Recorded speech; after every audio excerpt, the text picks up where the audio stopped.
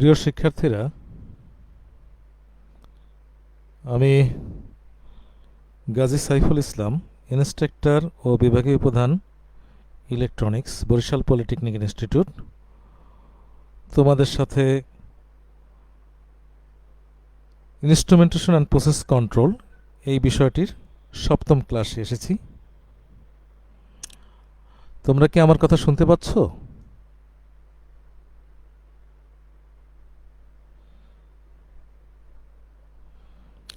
আমি শুরু করি আজকের ক্লাস।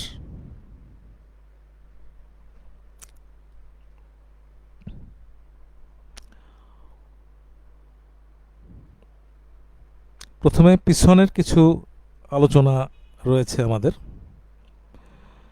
আমরা গত ক্লাসে সিনক্রো পড়েছিলাম।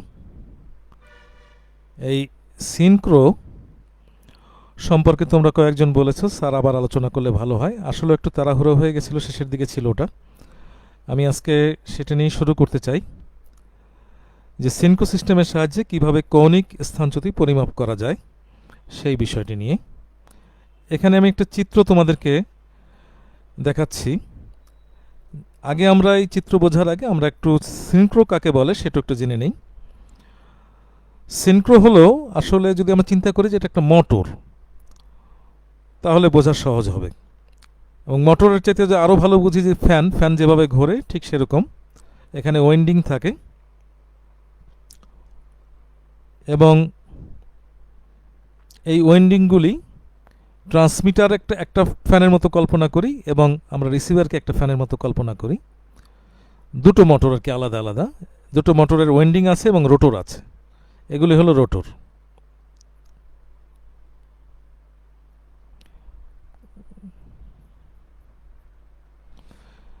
এখন এই রোটরকে যদি কোনো একটু ঘোরানো হয় ট্রান্সমিটারের ভিতরে, এই যে ট্রান্সমিটার, এই রোটরটাকে যদি ঘোরানো হয় তবে দেখা যাবে রিসিভারের রোটরটাও ঠিক একই অ্যাঙ্গেলে ঘুরে যাবে। এর দ্বারা দুটো জিনিস করা যেতে পারে। একটা হলো যে আমি ট্রান্সমিটার থেকে বসেই রিসিভারের রোটরকে আমি ঘোরানোর ক্ষমতা রাখলাম, আর পাশাপাশি যদি রিসিভারের ওখানে কেউ থাকে তাহলে সে তার রোটরকে ঘোরা দেখে সে বুঝতে পারবে কতটুকু ট্রান্সমিটারের রোটরটা কতটুকু ঘুরেছে, সেটা সে রিসিভারে বসে বুঝতে পারবে। এবং এই ট্রান্সমিটার এবং রিসিভার মনে করো অনেক দূরে, এক জায়গা থেকে এক জায়গায় 200 ফিট হতে পারে, অনেক দূরে, আরও দূরে হতে পারে। তো এই যে যতটুকু দূরে সে থাকবে ওই দূরের থেকেই কন্ট্রোলটা হচ্ছে এক হিসাবে আমি ট্রান্সমিটার থেকে রিসিভারের রোটরটাকে আমি কন্ট্রোল করতে পারতেছি, পাশাপাশি রিসিভারের রোটরের ওখানে বসে ট্রান্সমিটারের রোটর কতটুকু অ্যাঙ্গেল ঘুরলো সেটাও সে বুঝতে পারবে। এটা কীভাবে সম্ভব সেটা আমরা একটু দেখি। আমরা যদি S3 ওয়েন্ডিং, এখানে দেখো তিনটে ওয়েন্ডিং, S1, S2 এবং S3, ট্রান্সমিটারও যেরকম রিসিভারও সেরকম, এবং এক সংযোগ করা আছে ট্রান্সমিটারের S1 এর সাথে রিসিভারের S1, ট্রান্সমিটারের S2-র সাথে রিসিভারের S2, এইভাবে S3-র সাথে S3 সংযোগ করা আছে। এখন আমরা যদি দেখি ট্রান্সমিটারের রোটরের সাথে S3-র অবস্থানটা কোথায়, তো সেক্ষেত্রে দেখব আমরা 0 ডিগ্রি এখানে। তো এখানে আমরা জানি যে মানটা, এখানে যে ভ্যালুটা আসবে, আমরা এই এসি যে সিগন্যালটা দেবো, ধরে নিলাম এখানে একটা উদাহরণ হিসাবে 200 ভোল্ট আমরা দিলাম। 200 ভোল্ট হতে পারে, অন্য কোনো যে কোনো ভোল্টই হতে পারে। তো সেক্ষেত্রে এই ওয়েন্ডিংগুলোতে কোসাইনের মান অনুযায়ী তাদের ভোল্টেজগুলি থাকবে। তো সেক্ষেত্রে এখানে 0 ডিগ্রি, S3-র সাথে মানটা হলো 0 ডিগ্রি। আমরা যদি S3-কে হিসাব করি তাহলে যে ভি ভোল্টেজ যেটা থাকবে, আমরা এখানে যে ভোল্টেজটা দিয়েছি সেই ভোল্টেজের এখানে হবে cos 0 ডিগ্রি। তো cos 0 ডিগ্রির মানটা আমরা জানি যে cos 0 ডিগ্রির মান হলো 1, আর এখানে ভোল্টেজটা আছে হলো 200। এই 200-র সাথে 1-এর যদি গুণ হয় তাহলে আমরা এখানে 200 ভোল্ট পাবো, অর্থাৎ যে ভোল্টেজটা আমরা এখানে দিয়েছি সেটাই S3-তে থাকবে।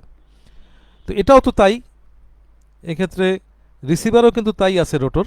তো এখানেও 200 ভোল্ট, অর্থাৎ S3-তে আমরা এখানে 200 ভোল্ট পেলাম, এখানেও আমরা 200 ভোল্ট পেলাম। আর S2-র ক্ষেত্রে যদি বলি, এখন এখানে খেয়াল করো, আমরা এখানে তিনটা ওয়েন্ডিং আছে, এটা পরস্পর 120 ডিগ্রি কোণে, তাহলে এখানে যে এখান থেকে এখানে কিন্তু 120 ডিগ্রি হবে। তো সেই কোণটার ভিতরে মাঝখান থেকে আছে, তাহলে এখানে এই অংশে 60 ডিগ্রি আছে এবং এই অংশেও 60 ডিগ্রি আছে। তো সেক্ষেত্রে আমরা S2-তেও 60 ডিগ্রি বলবো, S1-এও 60 ডিগ্রি। আমরা ধরে নিলাম S2-র কথাই, S2-র মান হবে তাহলে ভি কস 60 ডিগ্রি, যেটাকে আমরা 60 ডিগ্রির মান জানি, কস 60 ডিগ্রির মানই হলো হাফ। তাহলে এখানে আমরা 200কে গুণ করব কিন্তু হাফ দিয়ে, তাহলে এখানে আমরা যে ভোল্টেজটা পাবো 100 ভোল্ট।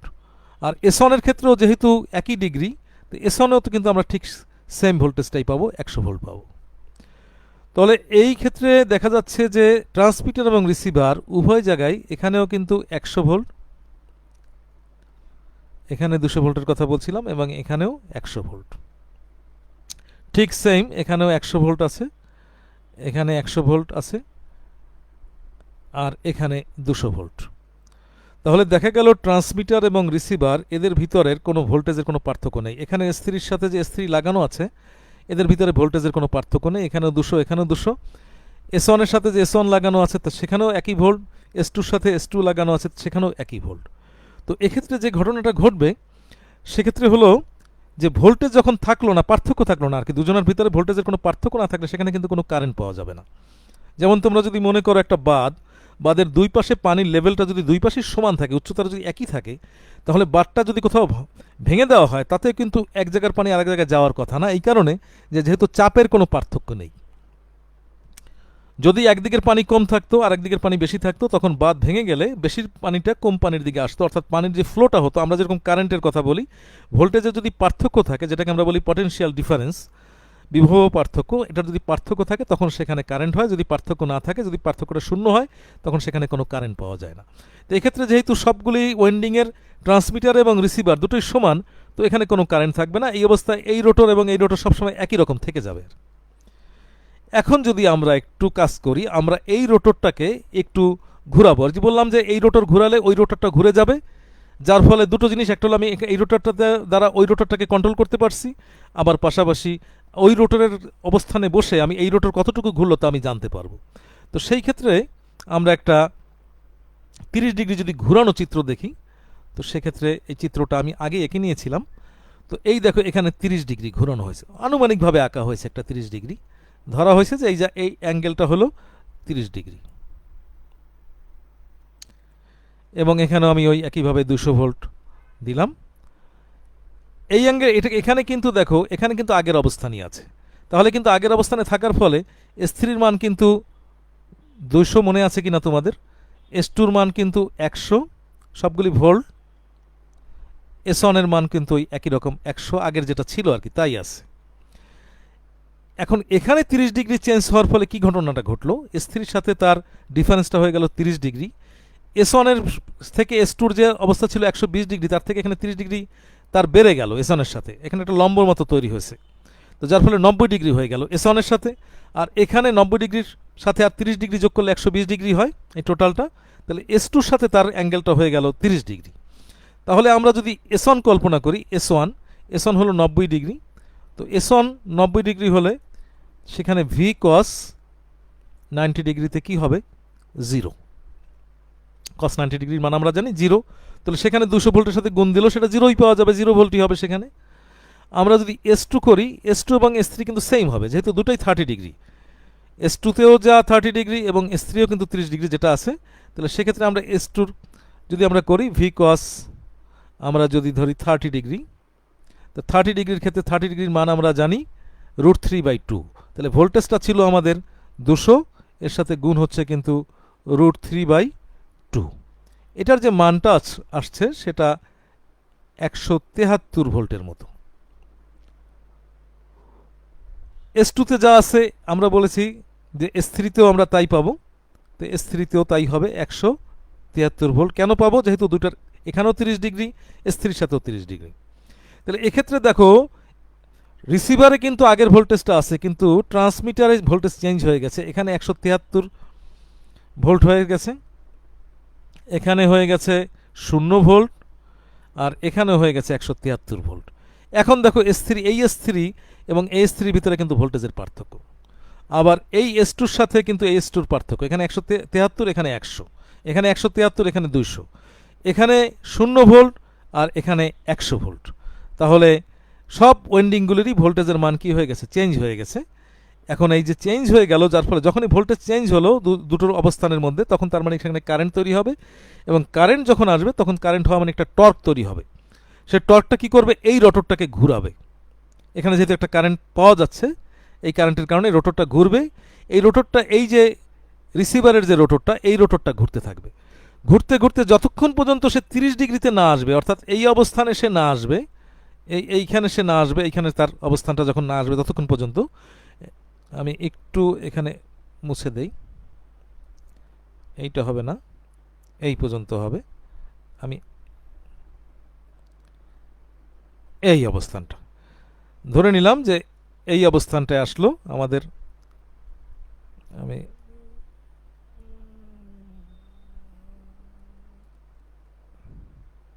একটু ওয়েট করো।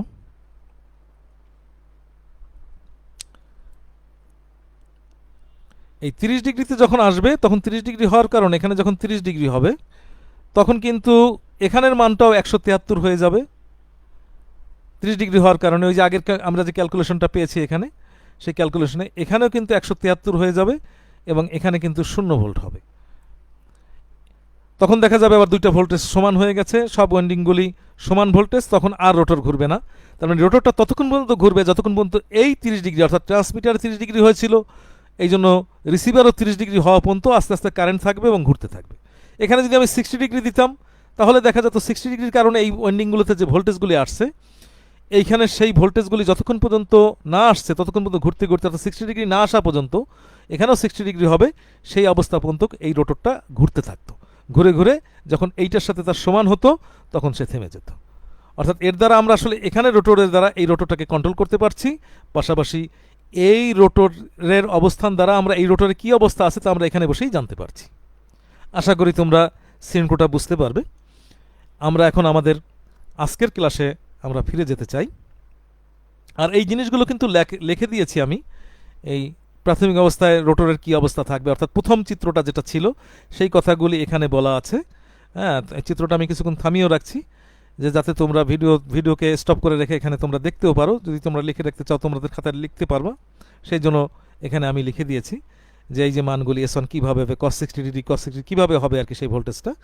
আর পরের চিত্রটায় আছে যে ওই 30 ডিগ্রি হওয়ার পরে এখানে ওই যে যেমন দেখো, এখন ধরেই রোটরটা 30 ডিগ্রি কোণে ঘুরে গেল, তখন স্টেটর ওয়েন্ডিংয়ের মান হবে v cos 90 ডিগ্রি, এটা S1 এর, এবং S2 মান হবে v cos 30 ডিগ্রি, যেটা √3/2, এবং S3 মানও ওই যে আমি একটু আগে যেটা সমীকরণটা দেখিয়েছিলাম সেই কথাগুলো এখানে লেখা আছে, এবং যার ফলে কি ঘটনাটা ঘটবে আমি যে কথাগুলো বলেছিলাম সেগুলো কথাগুলো এখানে লিখে রাখা আছে, যাতে তোমরা দেখতে পারো আর কি। তো আশা করি আমার মনে হয় বুঝতে পারছো। আমরা তাহলে আজকের আমাদের ক্লাসের আলোচনা সেইগুলোতে যাই। সেটা হলো describe signal conditioning system with block diagram, মানে অর্থাৎ সিগন্যাল কন্ডিশনিং সিস্টেমটা কি সেটা আমরা একটা ব্লক ডায়াগ্রামের মধ্যে আমরা বুঝবো।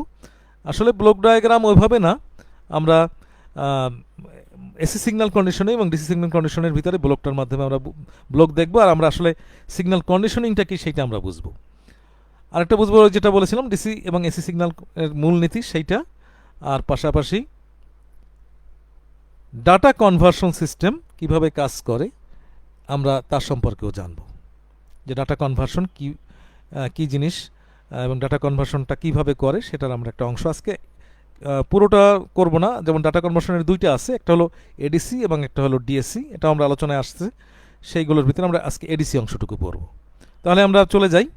প্রথমে হলো সিগন্যাল কন্ডিশনিং কি।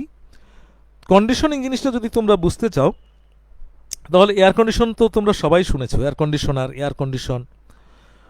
আবার অনেকে চুলের কন্ডিশনার ব্যবহার করে, চুলকে ঠিক রাখতে চায়, সে একটা স্টাইলে রাখতে চায়, সে চায় আমার চুলটা এইভাবে ভাঁজ হয়ে থাকুক। বিশেষ করে ইয়াং তোমরা যারা ছাত্র, অনেকের ভিতরে তোমরা ব্যবহার করো, তোমরা ওইভাবে চুলটাকে রাখতে চাও। ঠিক সেরকম আমরা সিগন্যালটাকে আমরা যে মানে চাই, যেমন এয়ার কন্ডিশনের কথা বলেছিলাম যে একটা নির্দিষ্ট তাপমাত্রায় চাই। আমাদের দেশে সাধারণত আমরা ঠান্ডাই করি, যেহেতু আমাদের গরমের দেশ, আর শীতের দিনে আমরা কিছুই তেমন একটা ব্যবহার করি না। কিন্তু যেখানে শীতপ্রধান দেশ সেখানে কিন্তু হিটার ব্যবহার করে এয়ার কন্ডিশন করা হয়, অর্থাৎ প্রচণ্ড ঠান্ডাকে কমিয়ে সেখানে কিন্তু আমাদের স্বাভাবিক যে তাপমাত্রাটা আমরা চাই সেটা কিন্তু হিটার দিয়ে করা হয়। তো এই যে কন্ডিশনিং আমি যেটা বলেছিলাম, অর্থাৎ আমার চাহিদা মতো, তো সিগন্যালকে আমার চাহিদা মতোকে আনা, সেটাই কিন্তু আসলে সিগন্যাল কন্ডিশনিং।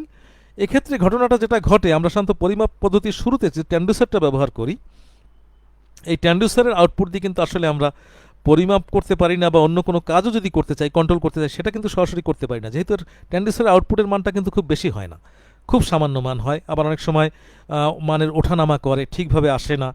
তো সেই ক্ষেত্রে আমরা আউটপুট যেটা করতে চাই, সেই আউটপুটের আগে আমরা একটা ওই সিগন্যালটাকে এমনভাবে একটা অবস্থানে নিয়ে যাই, যে অবস্থানের কারণে আমরা আউটপুটে যে আমরা কাজটা করতে চাচ্ছিলাম সেই কাজটা আমরা করতে পারি।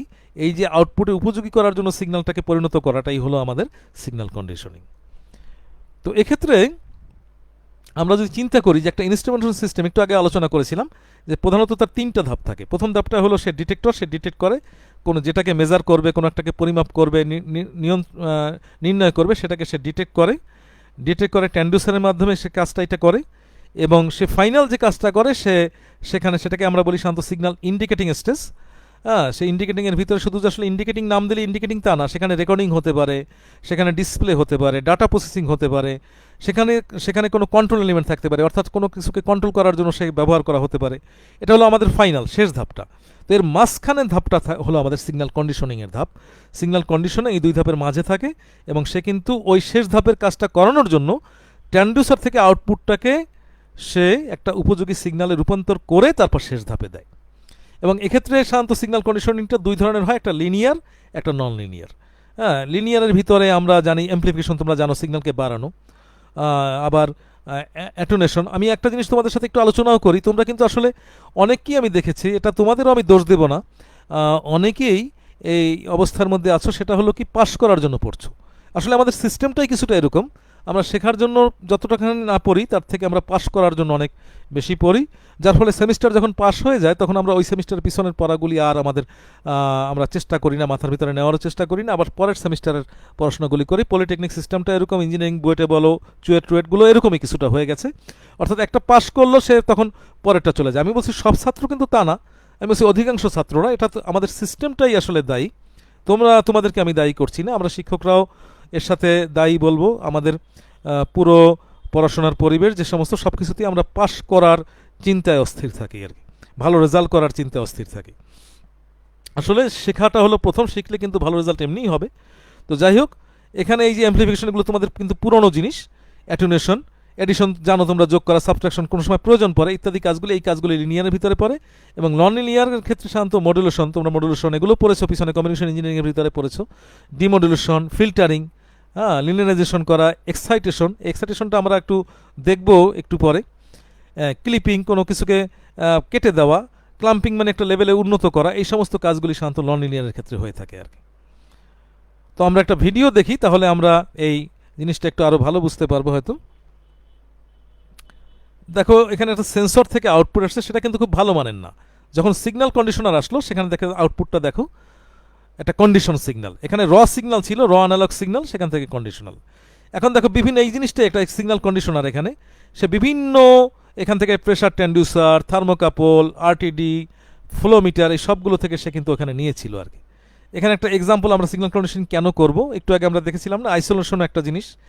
আইসোলেশন এমন একটা জিনিস যে আইসোলেশনকে কী করে, এই সিগন্যালটা থেকে আমাদের এই সিগন্যালটাকে পৃথক করে রাখে। হ্যাঁ, অর্থাৎ আমি প্রাইমারি আমার যে ট্রান্সডিউসার থেকে সরাসরি ট্রান্সডিউসারটা কিন্তু চলে যেতে পারবে না লাস্ট স্টেজে, অর্থাৎ ইন্ডিকেটিং স্টেজে, মাঝখানে আইসোলেশন কাজ করে। অ্যাম্প্লিফিকেশন তোমরা তো জানি যে বাড়াবে, সিগন্যালটাকে বাড়িয়ে দেয়, সব কাজগুলি কিন্তু সিগন্যাল কন্ডিশনিংয়ের মধ্যে। আমার অ্যাম্প্লিফিকেশনের দরকার হলে অ্যাম্প্লিফিকেশন করবে। আবার মনে করো যে যেখানে লিনিয়ারাইজেশন দরকার, থার্মোকাপলের আউটপুটটা লিনিয়ার হয় না, লিনিয়ার মানে ঠিকভাবে হয় না, সেটাকে ঠিকভাবে দেখো, এখানে একটা কার্ভটা দেখো, একদম লিনিয়ার একটা কার্ভ তৈরি করে দিল, এই কাজটা কিন্তু করে। ফিল্টারিং অপ্রয়োজনীয় সিগন্যালকে বাদ দেয়, যতটুকু দরকার ততটুকু রাখে। হ্যাঁ, এখানে একটা দেখো চোঙার মতো বসানো হয়ে জিনিসটাকে বোঝানোর চেষ্টা করা হয়েছে যে ঠিক চাহিদা মতো যতটুকু দরকার অতটুকুই যাচ্ছে এবং ওইভাবে করে দেওয়া হচ্ছে, এরকম ফিল্টারিং। হ্যাঁ, এক্সাইটেশনে যে বলেছিলাম, এক্সাইটেশন অর্থাৎ বাহির থেকে শক্তি প্রয়োজন করা, কিছু কিছু ট্রান্সডিউসারের জন্য বাহির থেকে শক্তি দেওয়ার দরকার হয়, এই শক্তি না দিলে সে ট্রান্সডিউসার থেকে আউটপুট দিতে পারে না, এটাও সিগন্যাল কন্ডিশনিংয়ের মধ্যে পড়ে। তো আমরা আজকে এখন চলে যাব এরপরে ডিসি সিগন্যাল কন্ডিশনিং এবং এসি সিগন্যাল কন্ডিশনিং সম্পর্কে আমরা একটু যাব। এই জন্য এর ভিতরে এক্সাইটেশন সর্বশেষটা একটু মনে রাখো, সেটি আমরা এখন দেখব। যে ইনস্ট্রুমেন্টেশন সিস্টেমে কিন্তু অ্যাক্টিভ যে ট্রান্সডিউসারগুলি থাকে তার কিন্তু কোনো এক্সাইটেশন লাগে না। অ্যাক্টিভ ট্রান্সডিউসার তোমরা পড়েছো, আমি আগের ক্লাসে পড়িয়েছি, প্রথম দিকের ক্লাসে। অ্যাক্টিভ ট্রান্সডিউসার মানে যে নিজেই ভোল্টেজ তৈরি করে, যেহেতু তার নিজেরই সোর্স, তার নিজের থেকে সে সোর্স তৈরি করে নেয়, সুতরাং তার বাহির থেকে কোনো সোর্স লাগে না, এক্সাইটেশনের জন্য কোনো সোর্স লাগে না। আর প্যাসিভ যে ট্রান্সডিউসারগুলি, এই যে একটু আগে দেখলাম আরটিডি, থার্মোকাপল, এগুলোর জন্য বাহির থেকে ভোল্টেজ প্রয়োগ করা লাগে। এই প্রয়োগ করলে পরে তখন সেখান থেকে আমরা একটা আউটপুট পেতে পারি। তো সেই ক্ষেত্রে এই প্যাসিভ ট্রান্সডিউসারের জন্য বাহির থেকে এক্সাইটেশনের একটা সোর্স প্রয়োজন হয়। আর এই এক্সাইটেশনের সোর্সটা সাধারণত দুই ধরনের হতে পারে, সেটা আমরা এসি দিতে পারি অথবা আমরা ডিসি দিতে পারি। এই হিসাবেই কিন্তু সিগন্যাল কন্ডিশনকে আমরা আবার দুই ভাগে ভাগ করি, একটা হলো এসি সিগন্যাল কন্ডিশনিং এবং একটা হলো ডিসি সিগন্যাল কন্ডিশনিং। এখানে দেখো ডিসি সিগন্যাল কন্ডিশনিংয়ের ভিতরে এই যে যেটাকে পরিমাপ করা হবে ট্রান্সডিউসার থেকে ব্রিজে আসছে, এবং এই ব্রিজ থেকে দেখো ক্যালিব্রেশন অ্যান্ড জিরোইং নেটওয়ার্কে আসছে। তো ক্যালিব্রেশন এবং জিরোইং নেটওয়ার্কটা কি? ক্যালিব্রেশন এবং জিরোইং নেটওয়ার্কটা হলো, তোমরা যদি মনে করো ওয়েট মেশিন, তোমরা দেখো বাজারে যখন তোমরা কোনো কিছু কেনাকাটা করো তখন প্রথমে কিন্তু সেটাকে জিরো করে নেয়। জিরো না করে যদি কোনো একটা পরিমাণ থাকে, 100 গ্রাম থাকে, তাহলে আমি যে জিনিসটাকে নিতে যাব তার সাথে কিন্তু 100 গ্রাম যোগ হয়ে যাবে, আমি কিন্তু 100 গ্রাম কম পাবো তখন। এই জন্যই প্রথমে কিন্তু এই মেশিনটাকে জিরো করতে হয়। ঠিক সেরকম আমি যেটাকে মেজার করব, ট্রান্সডিউসার থেকে যে ব্রিজ সার্কিটে আসবে, এই ব্রিজ সার্কিট মেজার করার আগে এটাকে জিরো করে নেওয়ার জন্য এই নেটওয়ার্ক, অর্থাৎ এখান থেকে এখন যেন জিরো অবস্থায় আছে, ঠিক কোনো সিগন্যাল আসলে ট্রান্সডিউসার থেকে সেই সিগন্যালটা এই ডিসি এমপ্লিফায়ারে চলে আসবে, এর সাথে কোনো কিছু যুক্ত হবে না। আর এখানে দেখো এই ব্রিজ সার্কিটটাকে এক্সাইটেশন করা হচ্ছে একটা ডিসি এক্সাইটেশন সোর্সের সাহায্যে, এই জন্য এটাকে ডিসি সিগন্যাল কন্ডিশনিং বলা হয়। আর এই ডিসি এমপ্লিফায়ার ভিতরে যদি কোনো মনে করো কোনো রিপল থাকে, কোনো এসি অংশ থাকে, তখন সে লো পাস ফিল্টারের মাধ্যমে সেটা আউটপুট প্রদান করে।